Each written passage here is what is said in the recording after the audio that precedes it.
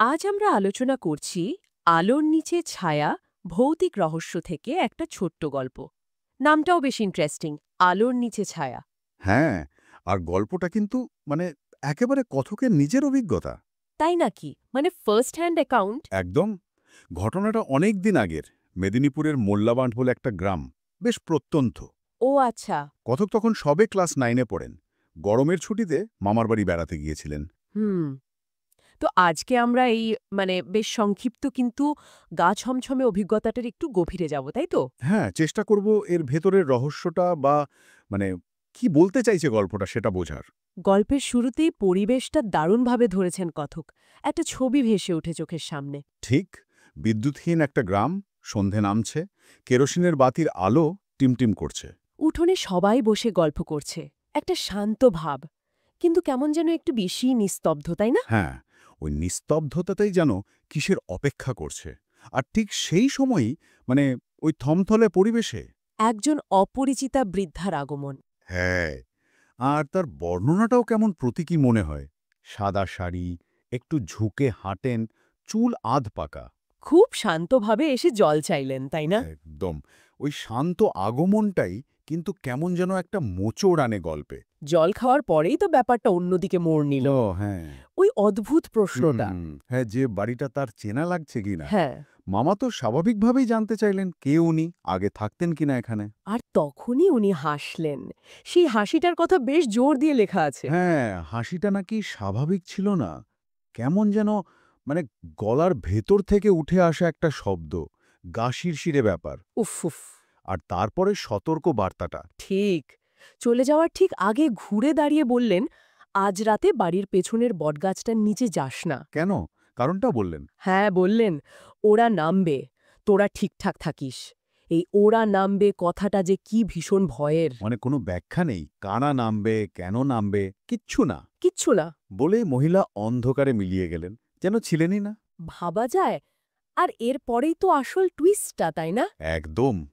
কথকের মামা, যিনি এতক্ষণ চুপচাপ ছিলেন বা হয়তো একটু হচকিয়ে গিয়েছিলেন, হ্যাঁ। তিনি রীতিমতো কাঁপতে কাঁপতে বললেন, ওই মহিলাই ছিলেন এই বাড়ির আগের মালকিন। বলেন কি? আর শুধু তাই না, তিনি 10 বছর আগেই মারা গেছেন। কি বলছেন? কোথায় মারা গেছিলেন? ঠিক ওই বটগাছটার নিচে। ও মাই গড! এটা জানার পর তো হ্যাঁ, কথক আর তার মামার অবস্থা তখন কি হতে পারে বুঝতেই পারছেন। সাংঘাতিক ভয় পেয়ে গেছিলেন দুজনে। স্বাভাবিক। সেই রাতে আর বেরোনি নিশ্চয়ই ঘর থেকে। একদমই না। কথক তো এও লিখেছেন যে রাতে জানলার কাঁচের ওপারে আবছা ছায়ামূর্তি মতন দেখেছিলেন। যদি হ্যাঁ, হতে পারে। ওটা হয়তো মনের ভুল ঐরকম পরিস্থিতিতে। হ্যাঁ, ওই ভয় থেকেই হয়তো। কিন্তু গল্পটা এখানেই শেষ হয় না। তাই? আরো কিছু আছে? পরের দিন সকালে রহস্যটা যেন আরও জমাট বাঁধে। কি রকম? কথক কৌতূহলবশত বা হয়তো ভয় কাটাতে বটগাছটার নিচে গিয়েছিলেন। গিয়ে দেখেন আগের দিন যেখানে কিছু ছিল না, হ্যাঁ। সেখানে নরম মাটির ওপর স্পষ্ট একজোড়া ছোট্ট পায়ের ছাপ। ছোট্ট পায়ের ছাপ? মানে বাচ্চার পার ছাপ? হ্যাঁ, সেটাই তো রহস্য। আগের রাতের ওই ঘটনার পর এই পায়ের ছাপ। ব্যাপারটা আরও জটিল হয়ে গেল। তাহলে একটু গুছিয়ে ভাবলে এখানে ক্লাসিক ভূতের গল্পের অনেক উপাদানই মজুদ। অবশ্যই। মৃত ব্যক্তির আবির্ভাব, একটা নির্দিষ্ট জায়গা নিয়ে সাবধানবাণী, মানে বটগাছটা। আর শেষে একটা ভৌত প্রমাণ, ওই পায়ের ছাপ। ঠিক।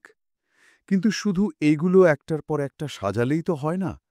এই সব মিলিয়ে যে একটা অদ্ভুত গা ছমছমে অনুভূতি তৈরি হচ্ছে, সেটাই আসল। বিশেষ করে ওই মহিলার হাসিটা আর ওই কথাটা, ওরা নামবে। হ্যাঁ, হাসিটার মানে কি?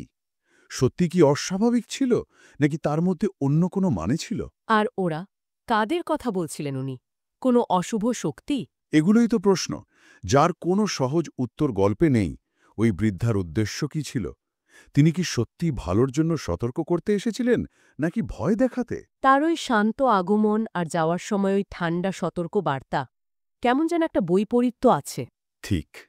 আর ওই পায়ের ছাপ, ছোট পায়ের ছাপ কেন? মানুষের কি, নাকি অন্য কিছুর? পরিবেশটাও এখানে একটা বড় ভূমিকা নিচ্ছে মনে হয়। মোল্লাবাদের মতো ওরকম একটা বিদ্যুৎহীন, নির্ঝুম গ্রাম। একদম। ওইরকম পরিবেশে লৌকিক অলৌকিকের মাঝে দেওয়ালটা খুব পাতলা হয়ে যায়, তাই না? হ্যাঁ, বাস্তব আর কল্পনার সীমাটাও যেন কেমন গুলিয়ে যায়। মৃত মানুষের ফিরে আসা, তার অদ্ভুত বার্তা, তারপর ওই পায়ের ছাপ, সব মিলিয়ে যেন এটাই বলে যে কিছু জিনিস আছে যা আমাদের যুক্তির বাইরে, যার কোনো ব্যাখ্যা হয় না। হয়তো হওয়ার কথাও নয়।